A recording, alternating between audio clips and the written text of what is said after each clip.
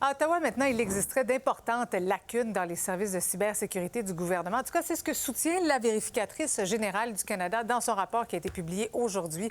J'en discute tout de suite avec notre collaborateur Alain Reyes. Salut, Alain. Salut, Marie-Christine. C'est quand même inquiétant ce qu'on entend, surtout quand on sait que des fuites de renseignements, ça peut tellement causer de problèmes. Oui, on vient de le voir avec Desjardins. Bon, c'est le même problème au niveau fédéral, la vérificatrice générale. Bon, on va donner les fleurs en premier. Elle dit qu'il y a une amélioration qui est notable à certains égards, mais elle relève plusieurs lacunes importantes, en commençant par la première, les 3 organisations qui sont responsables de s'assurer de la cybersécurité dans le gouvernement fédéral, dans tous les organismes, ne réussit pas à coordonner son travail ensemble. Donc, imagine, dès le départ, ça ne fonctionne pas entre les propres organisations. Comment on peut penser s'assurer que toutes nos données soient protégées au niveau du gouvernement? Donc, finalement, le gouvernement devrait d'abord et avant tout améliorer la communication entre ces entités-là? Tout à fait. Puis elle donne 3 éléments très simples qui pourraient être faits. La première, là, tout le monde va être surpris d'entendre ça. Le gouvernement n'a même pas d'inventaire en date d'aujourd'hui actualisé de ses appareils informatiques. Donc, on parle d'ordinateurs, téléphones intelligents,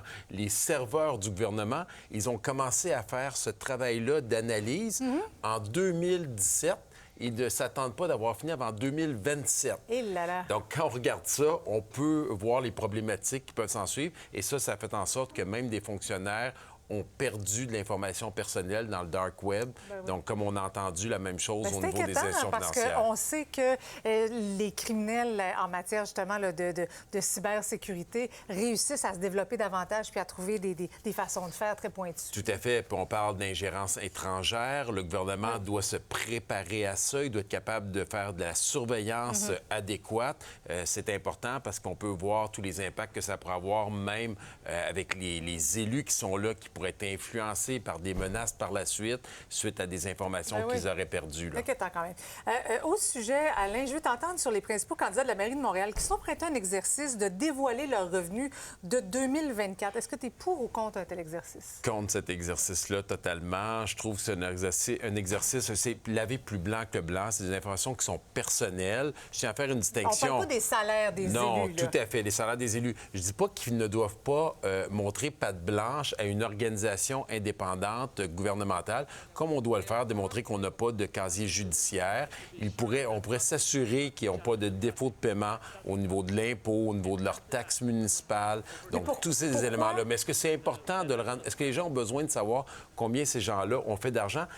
Ça nous montre un peu le rapport que les Québécois et Québécoises ont face à l'argent. Savoir quelqu'un a réussi dans sa vie professionnelle à côté, est-ce qu'il va être un moins bon? Que ça tombe dans le potinage? Pour moi, c'est clairement du potinage, c'est du voyeurisme à la limite. C'est pas un exercice de transparence ou Quelle est la transparence? On veut savoir si nos élus sont à l'abri de corruption. Est-ce qu'ils ont des alliances? Est-ce qu'ils ont un casier judiciaire? Ça, c'est important.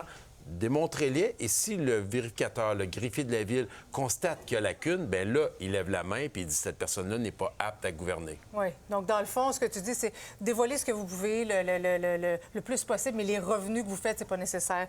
Comme on le faisait au fédéral face au conflit d'intérêts, mais les gens n'avaient pas à savoir où j'avais mis mes investissements personnels. Et je confirme, je ne suis pas millionnaire. Merci, Alain. Merci. Ça fait plaisir.